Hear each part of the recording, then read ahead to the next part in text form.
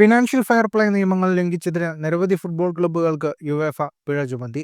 Chelsea, Barcelona, Aston Villa, Lyon, AS Roma, Hajduk Split, Porto എന്നീ ക്ലബ്ബുകൾക്കാണ് യുവേഫയുടെ club financial control body ശിക്ഷ വിധിച്ചത്.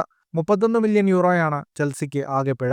20 മില്യൺ യൂറോ ബ്രേക്ക് ഈവൻ ആവശ്യകതകൾ പാലിക്കാത്തതിനും 11 million euro 80% squad cost ratio കവിഞ്ഞതിനും യുവേഫയുടെ 4 വർഷത്തെ സെറ്റിൽമെന്റ് കരാർ ലംഘിച്ചാൽ 60 മില്യൺ യൂറോ കൂടി പിഴയായി നൽകേണ്ടി വരും.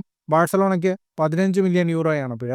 ഫിനാൻഷ്യൽ ലോസുകൾക്കും യുവേഫ നിയന്ത്രണങ്ങൾക്ക് അനുസൃതമല്ലാതെ ആസ്തി കൈകാര്യം ചെയ്യലിനുമാണ് പിഴ ലഭിച്ചത്. 2 വർഷത്തെ സെറ്റിൽമെന്റ് കരാർ ലംഘിച്ചാൽ 45 മില്യൺ യൂറോ കൂടി പിഴയായി നൽകേണ്ടി വരും.